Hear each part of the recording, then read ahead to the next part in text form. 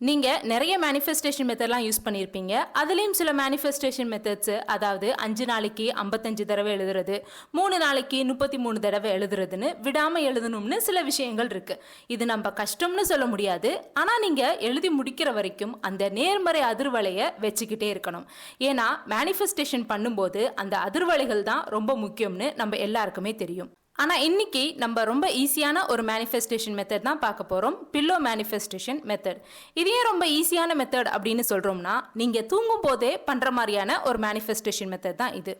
இது நீங்கள் ஏற்கனவே யூஸ் பண்ணியிருக்கலாம், இல்லாட்டி யூஸ் பண்ணிட்டு கூட இருக்கலாம். அப்படி நீங்கள் யூஸ் பண்ணிட்டு இருந்தீங்கன்னா, நம்ம சொல்ல போகிற ஒரு எக்ஸ்ட்ரா டிப்பையும் சேர்த்து யூஸ் பண்ணி பாருங்க, நல்ல மாற்றம் தெரியும்.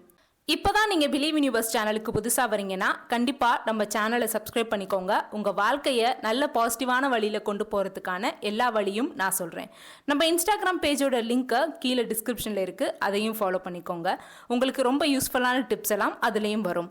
நீங்கள் இந்த பில்லோ மேனிஃபெஸ்டேஷன் மெத்தடை யூஸ் பண்ண போகிறீங்கன்னா கீழே கமெண்ட் செக்ஷனில் தேங்க்யூ யூனிவர்ஸ், அதாவது நன்றி பிரபஞ்சமே அப்படின்னு கமெண்ட் பண்ணுங்கள். சரி, எப்படி தூங்கும்போது மேனிஃபெஸ்ட் பண்ணலான்னு சொல்கிறீங்க? நமக்கு தான் தூங்கும்போது ஒன்றுமே தெரியாதேன்னு நீங்கள் கேட்கலாம். நமக்கும் நம்ம கான்ஷியஸ் மைண்டுக்கும், அதாவது மேல் மனசுக்கும் ஒன்றும் தெரியாது. ஆனால் நம்ம ஆள் மனசு, அதாவது சப்கான்ஷியஸ் மைண்டு தூங்கும்போது தான் வேலை செய்யும். உங்கள் ஆசைகளை நிறைவேற்றுறதுல ஆள் மனசுக்கு பெரிய பங்கு இருக்கு. சில சமயம்லாம் நான் தியானம் பண்ணுறேன், நான் ஸ்கிரிப்டிங் டெக்னிக் பண்ணுறேன்னு சொல்லி இது மாதிரி சில விஷயங்களை பண்ணுவோம்.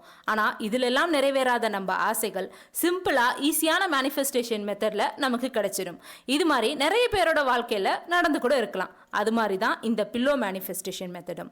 சரி, இந்த மெத்தடை எதுக்கெல்லாம் யூஸ் பண்ணலாம் அப்படின்னு கேட்டா, உங்க லைஃபை ரொம்ப சந்தோஷமா வச்சுக்க, உங்க வாழ்க்கையில நல்ல வேலை கிடைக்க, உங்க வாழ்க்கையில நல்ல ரிலேஷன்ஷிப்பை அட்ராக்ட் பண்ண, இல்ல பணம் கஷ்டம் இருந்தா அந்த கஷ்டத்தை போக்கன்னு, இது மாதிரி எந்த விஷயத்துக்கு வேணாலும் நீங்க இதை பயன்படுத்திக்கலாம். நம்ம பேசுகிற எந்த மொழியும் பிரபஞ்சத்துக்கு புரியாது. நான் ஏற்கனவே சொன்ன மாதிரி இந்த பிரபஞ்சத்துக்கு எல்லாமே அதிர்வலைகள் மற்றும் எண்கள், அதாவது நம்பர்ஸாக தான் புரியும். அதுதான் இந்த பிரபஞ்ச மொழி. அந்த எண்கள் ரொம்பவே முக்கியம். குறிப்பாக 3, 6, 9 இந்த நம்பர்ஸை நிக்கோலா டெஸ்லா அப்படின்னு சொல்லப்படுற சயின்டிஸ்ட் டிவைன் நம்பர்ஸ், அதாவது தெய்வீக எண்கள் அப்படின்னு சொல்கிறாரு. இந்த 3, 6, 9 எண்களில் அப்படி என்னதான் ஸ்பெஷல்னு கேட்டால் இதுதான் கீ டு யூனிவர்ஸ்னு சொல்கிறாரு. இந்த பிரபஞ்ச ஆற்றலை நீங்க முழுசா புரிஞ்சுக்க இந்த 3, 6, 9 நம்பர் தான் வழிவகுக்குது. அதுவும் குறிப்பா இந்த 9ன்னு சொல்லப்படுற நம்பர் தான் எல்லா நம்பர்ஸையும் கண்ட்ரோல் பண்ற நம்பரா இருக்கு. உதாரணத்துக்கு சொல்லணும்னா, நம்ம மந்த்ராஸ்லாம் 108 தடவை இல்லாட்டி 1008 தடவைன்னு சொல்லுவாங்கல்ல, அதோட கூட்டு எண் பாருங்களேன், 9 தான் வரும். ஸோ இந்த 9ன்னு சொல்லப்படுற நம்பர் ரொம்பவே ஸ்பெஷலான நம்பர். இது மட்டும் இல்லை, இதுக்கு பல உதாரணங்கள் இருக்கு. அதை தான் நம்ம பில்லோ மேனிஃபெஸ்டேஷன் மெத்தட்ல யூஸ் பண்ண போறோம். இதுக்கு ஒரு 4 ஸ்டெப் இருக்கு. முதல் ஸ்டெப்பு, ரைட் இன் அ பேப்பர். ஒரு பேப்பர் எடுத்துக்கோங்க. பெருசாக எடுக்கணும்னு இல்லை, ஒரு சின்ன பேப்பர்னாலும் பரவாயில்ல.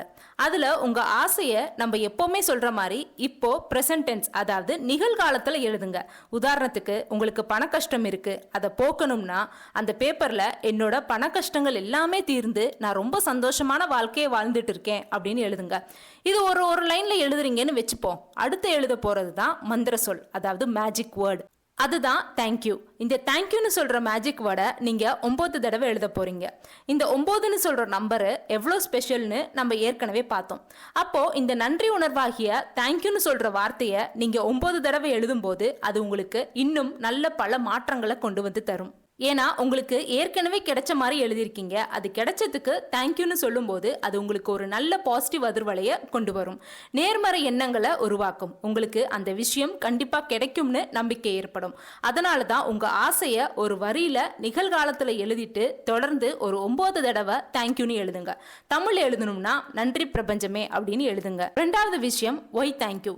நம்ம ஆசைகளே எழுதுறோம் சரி, ஆனால் இந்த தேங்க்யூன்ற வார்த்தையை ஏன் எழுதுறோம் அப்படின்னு கேட்டால், தேங்க்யூன்னு சொல்றது இந்த பிரபஞ்சம் நமக்கு தந்த எல்லா விஷயத்துக்காகவும் தான். இந்த பிரபஞ்சம் உங்களுக்கு நீங்க விரும்பின விஷயத்த உடனேவும் அதிகமாகவும் தரணும்னா அதுக்கு முதல்ல நமக்கு இந்த பிரபஞ்சம் தந்த விஷயத்துக்காக நன்றி உணர்வோட இருக்கணும். உங்ககிட்ட இருக்கிற விஷயம், நீங்க வாழ்ற வாழ்க்கை எல்லாமே இன்னொருத்தருக்கு கனவு வாழ்க்கையாக இருக்கலாம். இப்போ உங்ககிட்ட பைக் இருக்குன்னு வச்சுப்போமே, ஆனா நீங்க காருக்காக ஆசைப்படுவீங்க. அதே தான் இப்போ சைக்கிள் வச்சிருக்கிறவங்க உங்க வாழ்க்கைக்காக ஆசைப்படுவாங்க. கார் வச்சிருக்கிறவங்க மட்டும் சும்மா இல்ல, நம்ம சாதாரண கார் தானே வச்சிருக்கோம், நல்ல லக்ஸுரியான காரா இருந்தா நல்லா இருக்குமே அப்படின்னு நினைப்பாங்க. எப்பவுமே நம்மகிட்ட இல்லாத விஷயத்துக்காக கவலைப்படாம இருக்கிற விஷயத்துக்காக நன்றி உணர்வோட இருக்க பழகிக்கணும். எப்படி நீங்க சொல்ற மாதிரி இருக்க முடியும்? நம்மகிட்ட ஒரு விஷயம் இல்லாதப்போ, நடக்காதப்போ நமக்கு கஷ்டமாவும் வருத்தமாவும் இருக்கிறது சகஜம் தானே அப்படின்னு நீங்க நினைக்கலாம். ஆனால் ட்ரஸ்ட் த டைமிங். ஒரு விஷயம் உங்களுக்கு கிடைக்கலனா அதை விட பெட்டரான விஷயம் உங்களுக்கு இருக்குன்னு அர்த்தம். இல்லை நீங்கள் நினச்சதை விட கம்மியாக கிடைச்சிருக்குன்னா அதுக்கும் இந்த பிரபஞ்சம் ஒரு காரணம் வச்சுருக்கும். அதனால் இந்த நன்றி உணர்வை எப்போவுமே நீங்கள் உங்கள் வாழ்க்கையில் பயன்படுத்த பாருங்கள். காலையில் எழுந்ததும் ஒரு 21 தடவை நன்றி பிரபஞ்சமே அப்படின்னு சொல்லுங்கள். நைட்டு தூங்க போகிறதுக்கு முன்னாடி ஒரு 21 தடவை நன்றி பிரபஞ்சமேன்னு சொல்லுங்கள். இதை நீங்கள் டெய்லி பண்ணிட்டு வந்தாலே ஒரு நல்ல பாசிட்டிவான மாற்றம் உங்களுக்கு கிடைக்கும். மூணாவது விஷயம், ரைட் ஃபார் 9 days. இப்போ நம்ம சொன்ன விஷயத்த நீங்கள் ஒரு 9 நாட்களுக்கு தொடர்ந்து எழுதுங்க. இது தொடர்ந்து நைட்டு தூங்க போகிறதுக்கு முன்னாடி எழுதினா அது உங்கள் ஆள் மனசை ரீவொயர் பண்ண உதவும். நீங்கள் என்ன நினச்சிட்டு தூங்குறீங்களோ அந்த விஷயத்துக்காக இந்த ஆள் மனசு வேலையை பண்ணும். அப்போது இது மாதிரி நீங்கள் தூங்க போகிறதுக்கு முன்னாடி தொடர்ந்து 9 நாளைக்கு எழுதும்போது கண்டிப்பாக நல்ல மாற்றத்தை உணர்வீங்க. இதோட இன்னொரு டிப்ஸு சொல்கிறேன். நம்ம ஏற்கனவே சொன்ன மாதிரி 3, 6, 9 நல்ல அதிர்வலைகள் அதிகமாக உள்ள நம்பர்ஸ். அதனால நீங்க ஒரு 9 தடவை தேங்க்யூன்னு எழுதும்போது அந்த 3வது லைன், 6வது லைன், 9வது லைன் தொடக்கத்துல ஒரு ஸ்டார் மார்க் போட்டுருங்க. இது எப்படி எழுதணும்னு சொல்லி ஒரு சாம்பிள் போடுறேன் பாருங்க.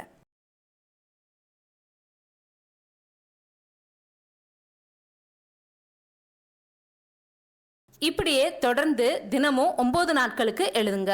4வது விஷயம், place it under your pillow. இதுதான் ரொம்ப முக்கியமான ஒரு விஷயம். ஏன்னா நம்ம பண்ற பில்லோ மேனிஃபெஸ்டேஷனுக்கு முக்கியமான ஸ்டெப் இதுதான். நீங்க எழுதின பேப்பரை தலையணைக்கு அடியில் வச்சிடாதீங்க. தலையணை கவர் இருக்கும்ல, அது உள்ளார வைங்க. அப்படி வச்சா அந்த பேப்பர் எங்கேயும் கீழே விழுந்துடாது. ஆனா இதுல ஒரு முக்கியமான விஷயம் என்னன்னா, டெய்லி புதுசா நைட்டு தூங்க போறதுக்கு முன்னாடி 9 நாளைக்கு எழுதுங்க. அப்போ முன்னாடி நாள் எழுதின பேப்பரை என்ன பண்ணலான்னு கேட்டா, நீங்க விஷன் போர்டை வச்சிருந்தா அதில் ஒட்டி வச்சிருங்க. அப்படி இல்லாட்டி ஸ்கிரிப்டிங்க்குன்னு தனியாக ஒரு ஏதாவது புக் வச்சுருந்தீங்கன்னா அது உள்ளார சேர்த்து வச்சுக்கோங்க. இது கண்டிப்பாக ஒரு 9 நைட்டுக்கு கண்டினியூவாக பண்ணுங்க. இல்லாட்டி இது 21 நாட்களுக்கு கூட நீங்கள் பண்ணலாம். கண்டிப்பாக நல்ல மாற்றத்தை உணர்வீங்க. இந்த மெத்தடை ஃபாலோ பண்ணுறப்போ பேப்பரில் எழுதிட்டு வேற எந்த வேலையும் பார்க்க வேணாம். உடனே தலையணையோட கவரில் வச்சுட்டு அப்படியே தூங்கிடுங்க. இந்த மெத்தடை பண்ணிட்டு உங்கள் ரிசல்ட்டை கீழே கமெண்ட் செக்ஷனில் அப்டேட் பண்ணுங்க. இந்த வீடியோ உங்களுக்கு யூஸ்ஃபுல்லாக இருந்திருக்கும்னு நினைக்கிறேன். இருந்துச்சுன்னா உங்கள் ஃப்ரெண்ட்ஸ்க்கும் ஷேர் பண்ணுங்க, அவங்களுக்கும் யூஸ்ஃபுல்லாக இருக்கும்.